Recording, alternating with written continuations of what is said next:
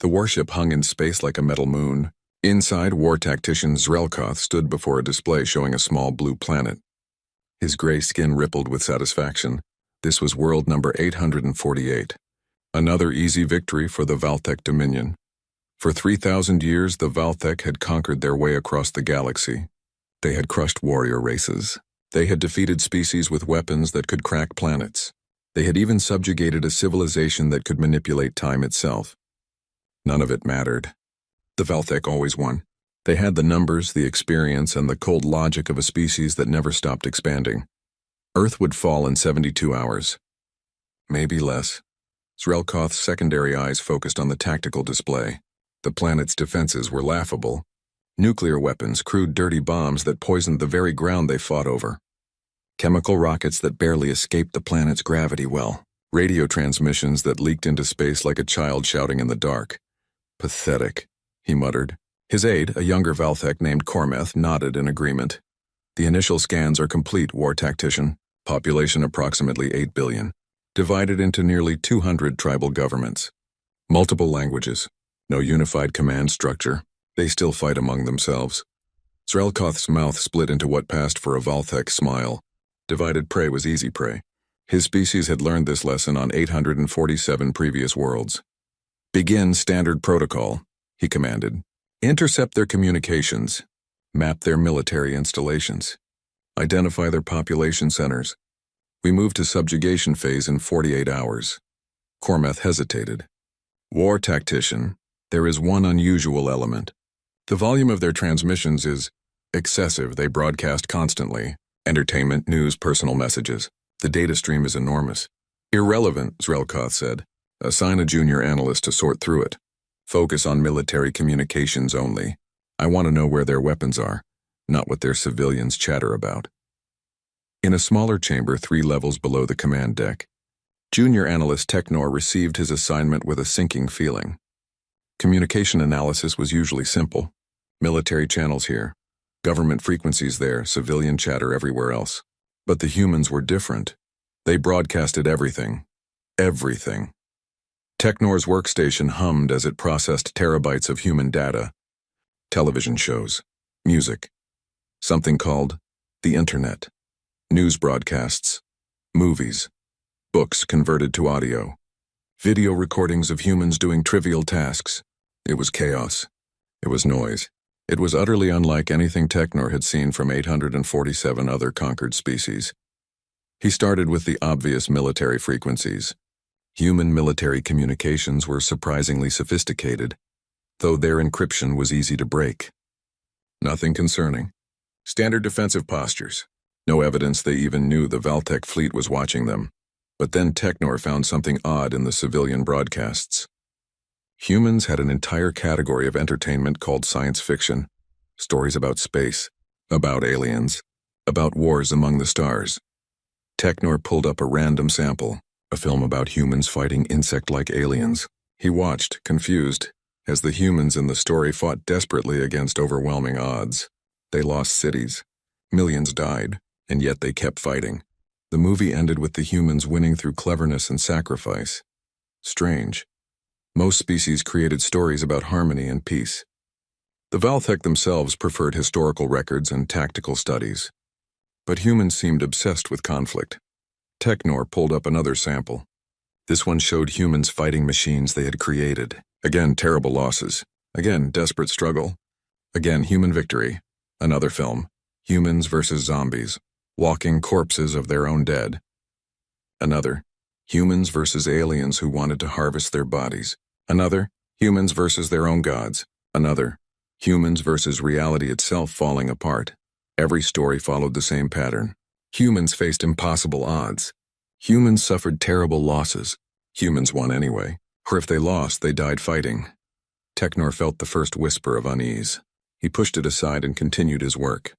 He cataloged human military assets, noted their defensive positions, and prepared a standard analysis report. The humans were no threat. Their technology was primitive. Their society was fragmented. They would surrender after the first demonstration of Valtech power. They always did, but the stories bothered him. Why did humans spend so much time and effort creating fantasies about warfare?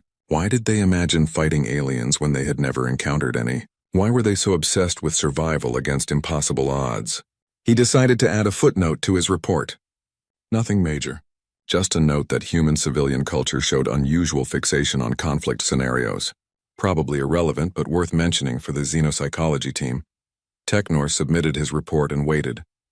Above him, the valc fleet moved into position. Conquest ships formed a blockade pattern around Earth. Troop carriers prepared their landing forces.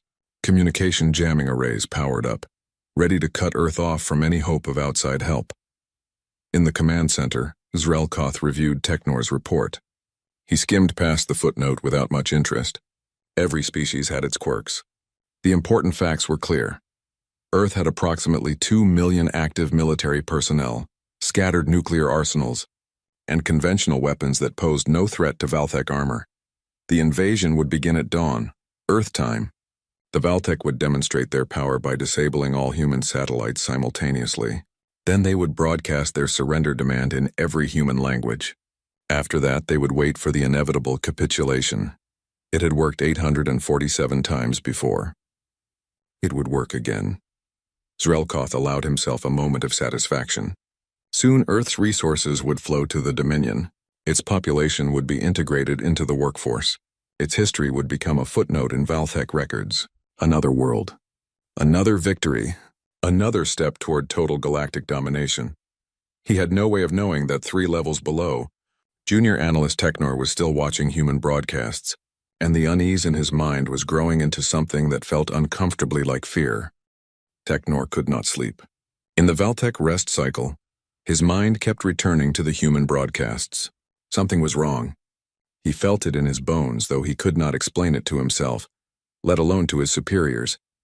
He returned to his workstation and began a deeper analysis. This time, he did not just sample random human entertainment.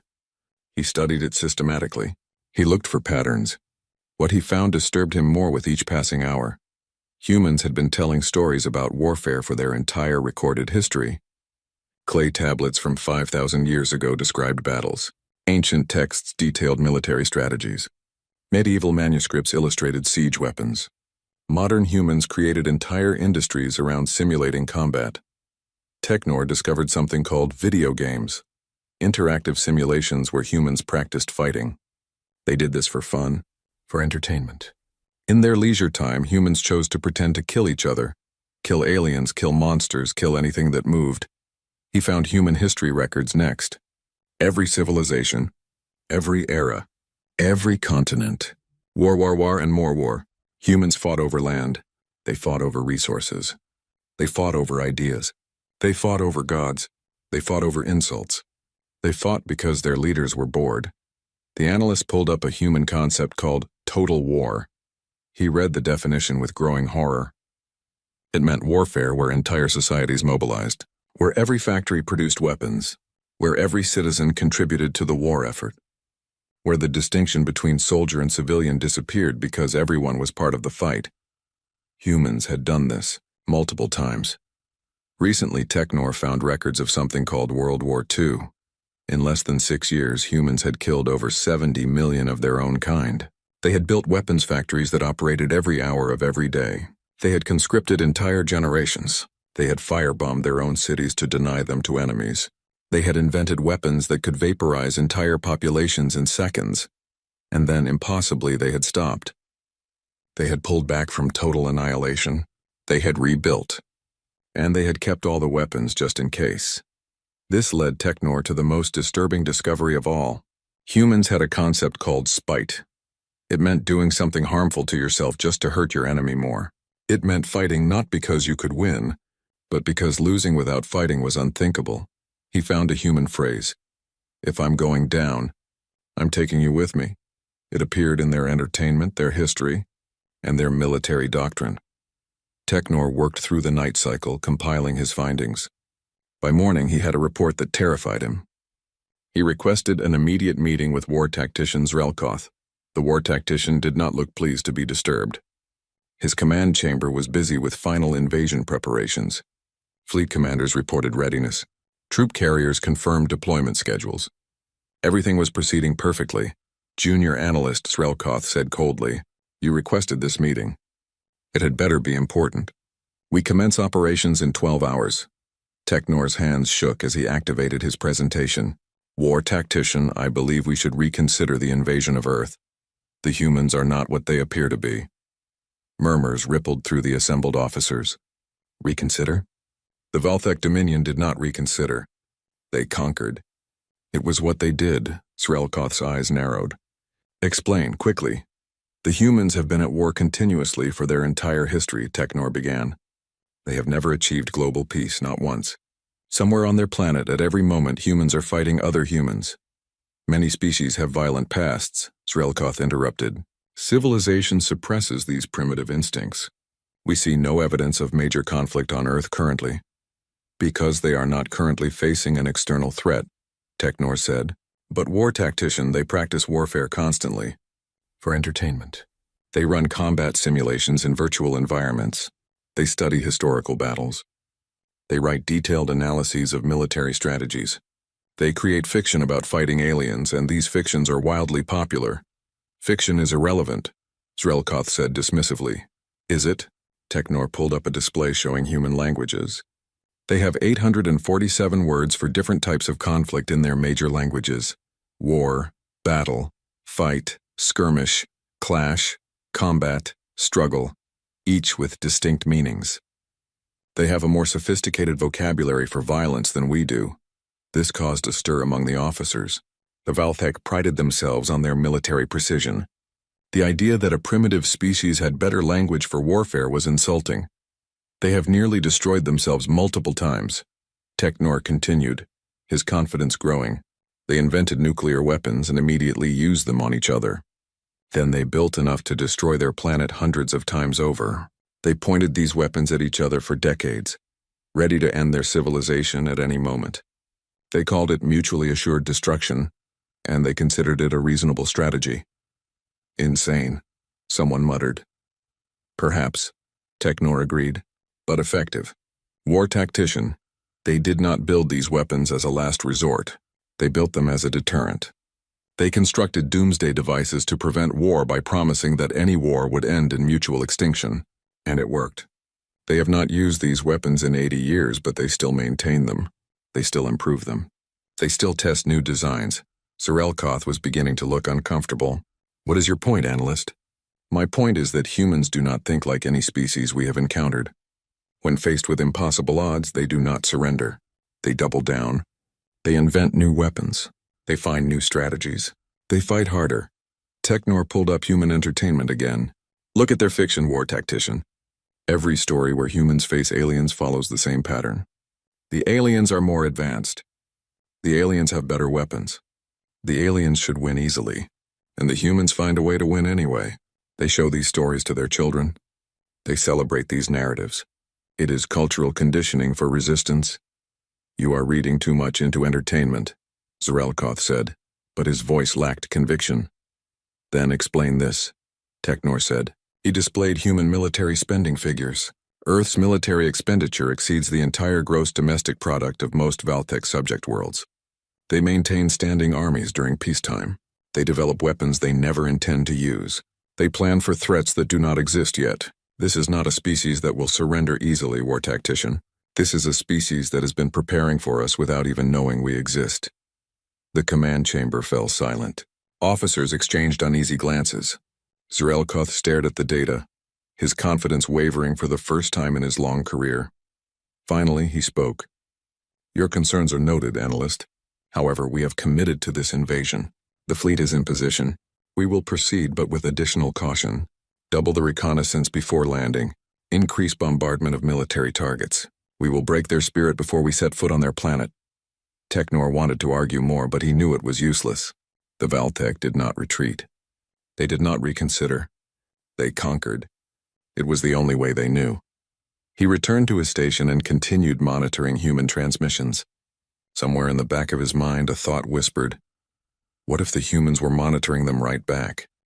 Technor's worst fears were confirmed when the xenobiology team delivered their report.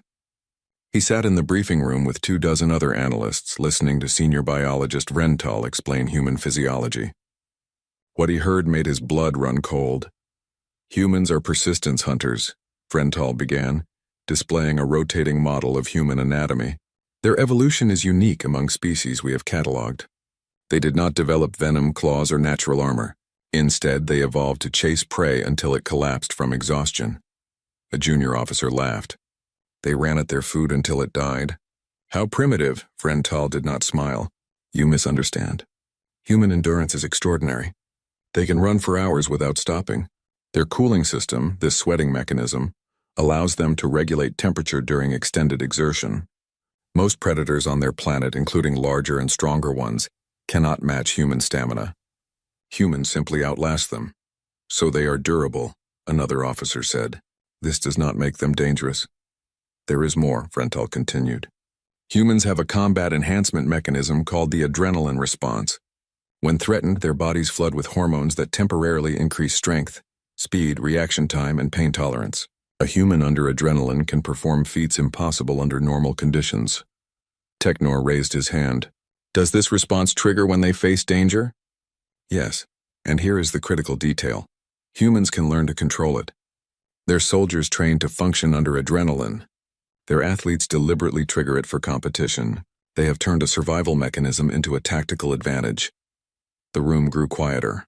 Officers began to understand why Technor had raised his concerns. Vrental displayed footage of human soldiers in training. Observe. They practice combat while sleep-deprived. They simulate injuries and continue fighting. They train in extreme temperatures, hostile terrain, and psychologically stressful conditions. This is not warrior caste training. This is basic instruction that all human soldiers receive. How do their numbers compare to ours? Zrelkoth asked from the back of the room.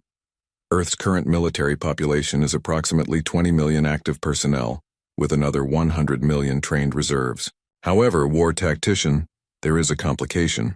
Human society has something called universal conscription in many regions. In theory, most of their adult population has basic combat training. In practice, if threatened with extinction, Earth could mobilize billions. The number hung in the air like poison. Billions.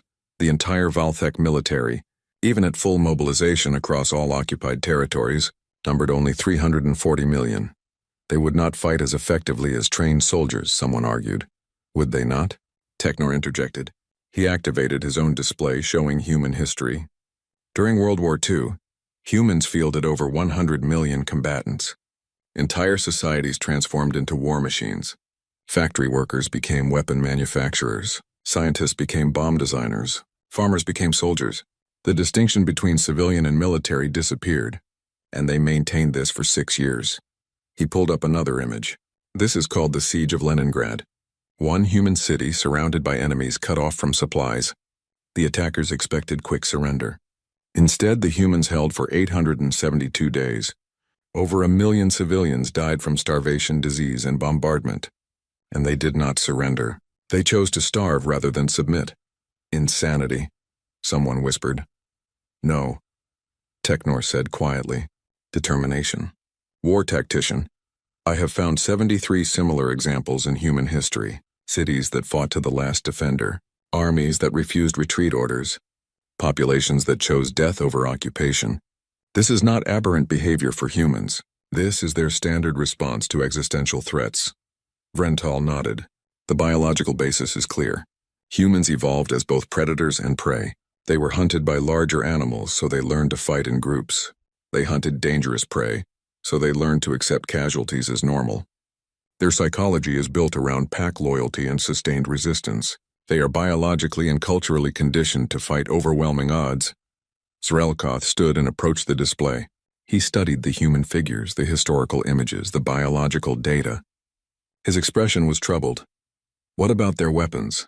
He asked. We know they have nuclear devices. What else? Technor pulled up a comprehensive list. Nuclear weapons is mentioned. Chemical weapons, which they have banned but still maintain. Biological weapons, similarly banned but not destroyed. Conventional explosives of immense power. Directed energy weapons in early development. Kinetic bombardment systems in testing. Railguns, coil guns, and war tactician, they have weapons they invented and then decided never to use. Why develop weapons and not use them? Because they were too effective. Humans created bombs that would poison their planet for generations. They developed diseases that could wipe out entire populations. They designed weapons that would make their world uninhabitable. And then they looked at what they had made and said, "This is too much," and they sealed them away. But they kept the knowledge. They kept the production capability. They could rebuild these weapons in months if threatened. The briefing room fell into heavy silence. Officers who had laughed at the primitive humans now looked worried. The conquest of World 848 was not proceeding as planned. "There is one more thing," Technor said. He felt sick bringing it up, but it had to be said. Humans have a military concept called acceptable losses. It means they calculate how many casualties they are willing to accept to achieve an objective. War tactician. Human acceptable loss rates are 10 to 100 times higher than any other species we have encountered. "What does that mean in practical terms?" Zrelkoth asked. "It means that if we kill 1 million humans, they will not surrender. If we kill 10 million, they will not surrender. They will mourn their dead, and they will fight harder. Their history shows this repeatedly. Casualties that would break any other species only make humans more determined." Frental added, "There is a human phrase, 'You have not yet begun to fight.' They use it when an enemy thinks victory is near, only to discover the humans have hidden reserves of strength. It appears in their military culture, their sports, their everyday language. It represents a core human belief that the fight is never truly over until they decide it is over." Zrelkoth returned to his command chair. He looked older, suddenly tired. "The invasion begins in 6 hours. All of this information should have been compiled weeks ago." "Why was it not?" "Because we did not look for it," Technor admitted. "We assumed humans were like every other species. We were wrong. Humans are not prey that will surrender. They are not predators that will negotiate. They are something else entirely. They are survivors who have been waiting for a worthy opponent." "That is absurd," Zrelkoth said, but his voice was weak. "We are not here to give them a challenge. We are here to conquer." "War tactician," Technor said carefully. "I strongly recommend we delay the invasion. We need more reconnaissance. We need to understand human military doctrine better. We need to know what they are capable of before we commit ground forces." Zrelkoth was silent for a long moment. Finally he nodded. "Agreed. We will observe for another 48 hours. But we will not retreat. The Valthek Dominion does not flee from primitive species. We will simply be more careful." Technor wanted to argue that careful might not be enough, but he had already pushed as far as he dared. He could only hope that 48 hours would be enough time to find a way to avoid the disaster he felt approaching. The decision to send the ultimatum was made over Technor's desperate objections. War tactician Zrelkoth had consulted with the Dominion High Command, and they had been clear. Observation was complete. The invasion would proceed. But first, as with all conquests, Earth would be given the chance to surrender. The message was crafted carefully. It used mathematical language, universal concepts that any intelligent species should understand, prime numbers to establish communication, binary code to convey meaning. The ultimatum itself was simple and direct. "We are the Valthek Dominion. We have conquered 847 worlds. You are surrounded. You are outmatched. You have 48 hours to surrender unconditionally. Failure to comply will result in the destruction of your military capabilities followed by forced subjugation of your population. Choose wisely." The message was transmitted on every frequency humans used. Radio, television, internet, satellite communications. It was repeated in every human language. The Valthek expected panic. They expected desperate attempts at negotiation. They expected ultimately submission. What they got was something else entirely. The response came 12 hours later. Fast. Too fast. Technor's heart sank when the signal appeared on his monitor. The humans had not panicked. They had not scrambled to respond. They had taken their time, crafted a reply, and sent it back with disturbing confidence. Worse, the message was in perfect Valthek language, not translated through mathematical concepts. Actual Valthek words, grammar, even colloquialisms. Humans had decrypted every communication the fleet had sent. They had learned the language. They had been listening all along. Technor opened the file with shaking hands. What he saw made his blood freeze. The message began simply, "We received your surrender demand. Here is our response." What followed was a complete analysis of the Valthek fleet. Ship classifications, weapons capabilities, shield frequencies, crew complements, Tactical doctrine, supply lines, everything. The humans had identified every weakness, cataloged every system, mapped every strategic vulnerability. Then came the second part, a compressed database containing 10,000 years of human warfare. Every major conflict, every tactical innovation, every weapon system, battle strategies from ancient cavalry charges to modern drone warfare. It was not a plea for mercy. It was a warning disguised as an education. But the third part was what truly shocked the valc command. The humans had included their social media responses to the alien contact. Billions of messages, compiled and translated. And the overwhelming emotion was not fear. It was excitement. Finally! Appeared in thousands of variations. Humans celebrating first contact. Humans joking about alien invasions. Humans posting images of weapons with captions like, "Been waiting for this." Humans sharing fictional stories about defeating aliens and adding, "Told you this would happen eventually." The message included trending phrases from human social networks. "Hold my beer" appeared 17 million times. The translators explained it meant a human was about to attempt something dangerous while intoxicated with confidence. "Let's go" appeared 34 million times. An expression of eager anticipation for conflict. "About time" appeared 22 million times, indicating humans had been expecting this. "Earth says hi" appeared 9 million times, often attached to images of weapons. Technor scrolled through the responses, his horror growing. Humans were making jokes. They were creating artwork showing humans defeating valc soldiers. They were calculating battle strategies. They were volunteering to fight. Some were disappointed the aliens had not landed yet. The final section of the message was addressed directly to the valc Fleet Command. The signature was bizarre. "From the internet with love. We have been expecting someone like you for over 100 years. We have written thousands of stories about this exact scenario. We have created millions of hours of simulated combat against alien invaders. We have trained ourselves through fiction, games, and cultural preparation. We have imagined every possible variation of this encounter. You analyzed our military capabilities and found them primitive. Correct. You observed our divided governments and assumed we could not unify. Incorrect.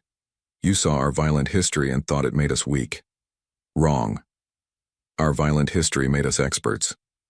We have been practicing warfare for 10,000 years. We have fought in every terrain, every climate, every condition. We have deployed every possible tactic. We have learned from every defeat. We have improved after every victory. We have turned warfare into a science, and we have studied that science more thoroughly than any subject except perhaps warfare itself. You have 48 hours to leave our space. This is not a negotiation, this is a courtesy. We are offering you what you offered us, a chance to avoid conflict. We do not want war, but we are very, very good at it. And unlike you, we have been fighting constantly for our entire history. You have been conquering. There is a difference. Conquering is easy when your opponents surrender, but we will not surrender. We do not know how. It is not in our cultural vocabulary. We have a saying, "Give me liberty or give me death." It means we would rather die free than live as slaves. This is not rhetoric. This is not bravado. This is cultural programming going back thousands of years. We have already wargamed this specific scenario. Your tactical doctrine is predictable. Your fleet composition has weaknesses. Your supply lines are overextended. We have identified 47 different strategies to defeat your invasion force. We have backup plans for our backup plans. This is what we do. We prepare for threats that do not exist yet, and now, you exist. We are ready. The question is, are you? The message ended with a simple addition. P.S. Our nuclear arsenals are now tracking your fleet. Our biological weapons labs are active. Our chemical weapons stockpiles are mobilized. Our orbital defense platforms are charging. Our military personnel are deployed. Our civilian population is arming itself. Our internet has achieved consensus. If you attack us, we will make you regret it. This is not a threat. This is a promise. Choose wisely. Zrelkoth read the message 3 times. His hands trembled. Around him, the command center had gone silent. Every officer stared at their displays, reading the same information, coming to the same terrible conclusion. The humans knew they were there. The humans had analyzed their entire fleet. The humans had prepared countermeasures. And the humans were not afraid. "Sir," Cormeth said quietly, "we are detecting weapons activations across the planet. Missile silos opening. Defense satellites powering up. Military bases going to full alert. Sir, they are preparing for war." "They are excited for it," Technor added, his voice hollow. "Look at their social media. They are celebrating. War tactician in 847 previous conquests. We have never encountered a species that welcomed invasion. But humans are not afraid. They are eager. This is what they have been training for their entire civilization." Zrelkoth stared at the tactical display. Red indicators were appearing across Earth's surface like a rash. Every indicator represented a weapon system activating, a military unit mobilizing, a defense platform coming online. The planet was transforming from a peaceful blue sphere into a bristling fortress. "They sent us their entire military history," one analyst whispered. "Why would they do that?" "Because they want us to understand what we are facing," Technor said.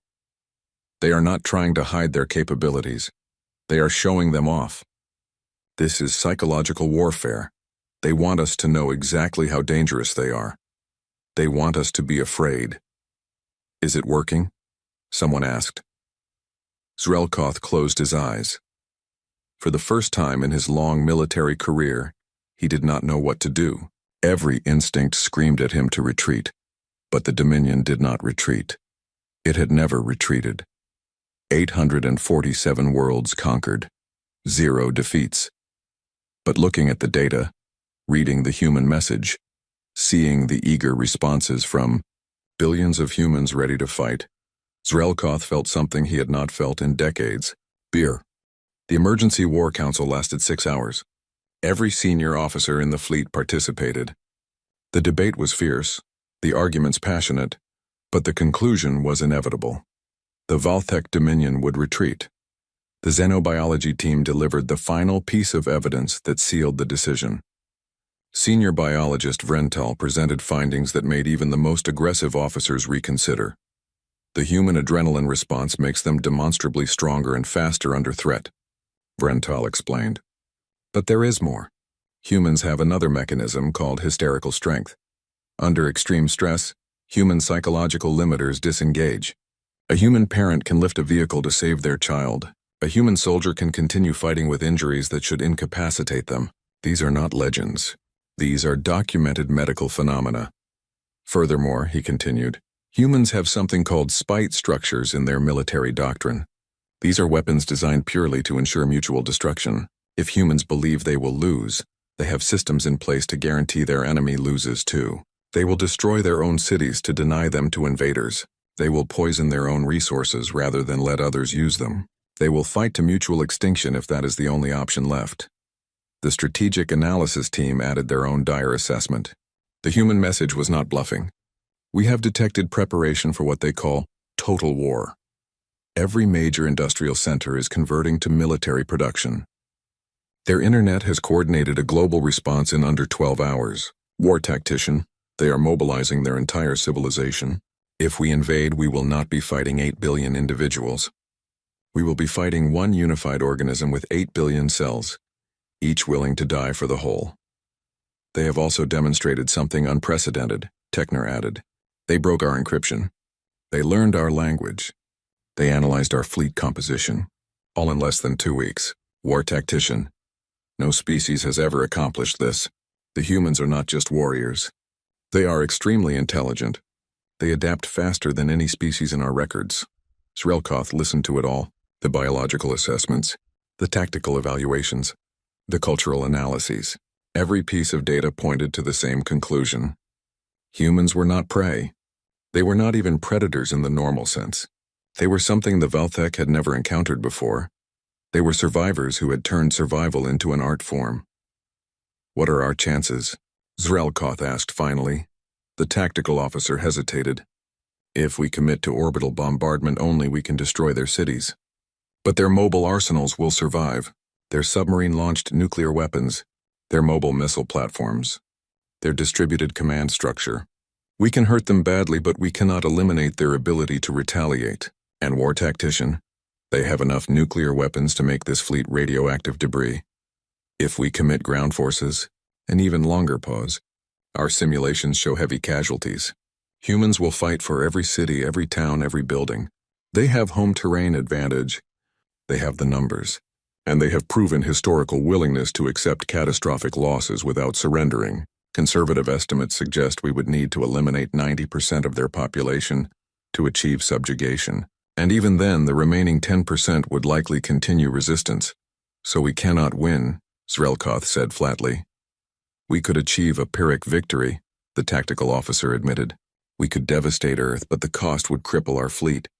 We would lose 60 to 80% of our invasion force. The survivors would be too damaged to maintain control of the planet. And the humans would never accept occupation. We would be fighting insurgencies for decades, possibly centuries. Zrelkoth stood and walked to the viewing port. Earth hung below, blue and white and beautiful. 8 billion humans living on that sphere. 8 billion potential combatants. 8 billion individuals who had just sent a message saying they were ready to fight. And they were excited about it. That was the part that disturbed him most. The humans were not terrified. They were not desperately seeking peace. They were eager for this confrontation. Thousands of years of fictional preparation had made them confident. Their violent history had made them competent. Their cultural values made them unbreakable. Contact High Command, Zrelkoth ordered. Inform them we are withdrawing from Earth space. Mark the planet as species classification Apex Predator World. Do not engage. The relief in the command center was palpable. Officers who had maintained brave faces now sagged with released tension. They had come so close to the first defeat in Dominion history. Pulling back was humiliating, but it was better than the alternative. Prepare withdrawal course, Zrelkoth continued. All ships to battle stations during retreat. If the humans fire on us during withdrawal, we respond with full force, but we do not initiate further contact. War tactician, Technor said quietly. There is one more thing. The humans have already launched pursuit probes. Small, fast craft that are shadowing our fleet. They are observing us the same way we observed them. Let them watch, Zrelkoth said tiredly. Let them see us leave. Perhaps it will satisfy their curiosity. As the fleet began its slow turn away from Earth, one final transmission arrived from the planet. Zrelkoth almost did not read it. He had seen enough human messages, but curiosity made him open the file. It was not from a government. It was not from a military command. It was a compilation of messages from random humans. Civilians who had been following the first contact situation on their internet. The messages ranged from disappointed to mocking to threatening. That's it appeared multiple times. Humans who had expected more. We made a welcome banner with attached images of signs reading, "Hello aliens" and "Welcome to Earth." Please don't eat us unless you're into that. "Run" appeared simply thousands of times. A one-word threat that needed no elaboration. Come back when you're ready. For a real fight from someone who seemed to think this was a sporting event. Disappointed, but not surprised, from a human who apparently expected aliens to be cowards. And then, inexplicably, one message that was just audio. Aggressive human music with sounds of laughter. The cultural analysis team explained it was a victory celebration. The humans were celebrating before the fight even happened. They were so confident in their ability to resist that they considered the retreat a victory. Zrelkoth closed the transmission. He felt old, tired. The Valtech Dominion had just encountered the first species it could not conquer, and that species was barely out of its own star system. What would humans be like in 1,000 years? In 10,000 years? When they developed faster-than-light travel and began spreading to other worlds? The galaxy was about to become a very different place. 6 months later, Earth was officially designated as a prohibited contact zone. The Dominion updated its conquest protocols with a new rule. Any species that broadcasts fictional warfare scenarios is to be avoided. Any species with nuclear weapons and no global government is to be avoided. Any species that responds to invasion threats with excitement rather than fear is to be avoided. In practice, the rules boiled down to one simple guideline: avoid humans. Technor was promoted for his prescient analysis. Zrelkoth was reassigned to administrative duties for his failure to conquer World 848. The gap in the Dominion's perfect record was officially explained as a tactical withdrawal for strategic reasons. No one believed the official story. Everyone knew the truth. The valc had encountered a species they could not defeat, and they had run away. The legend of Earth spread through Dominion space like wildfire. Other species began asking questions. If the mighty valc feared humans, what did that mean? Should everyone fear them? Should they seek alliance? Should they prepare defenses? On Earth, humanity celebrated its first contact, brief as it was. The aliens had come. They had seen Earth's defenses, and they had left. Humans interpreted this as validation. They were right to be cautious, right to maintain their militaries, right to prepare for threats that did not exist yet, because one day one of those threats would be real, and humans would be ready. In the end, the valc learned what every predator eventually discovers: there is always something higher on the food chain. The Dominion had been apex predators for 3,000 years, but humans were something else. They were not predators or prey. They were the thing that hunted predators for sport. And the scariest part, the detail that haunted Zrelkoth in his administrative exile, was simple. Humans had defended themselves without firing a single shot. They had won through reputation alone, through cultural preparation, through strategic psychology. If that was what humans could do without fighting, what would they be capable of if they actually went to war? Zrelkoth hoped he would never find out. But he suspected that someone, somewhere in the galaxy, would eventually test humanity's limits. Some species would ignore the warnings, would think the valc were cowards, would assume humans were bluffing, and that species would discover what the valc had already learned. Humans did not bluff. They prepared. They practiced. They planned. And when the fight finally came, they would be ready. The last message from Earth, added to the Dominion's database as a permanent warning, said it best: "We know you're out there. We're waiting, and we've been practicing."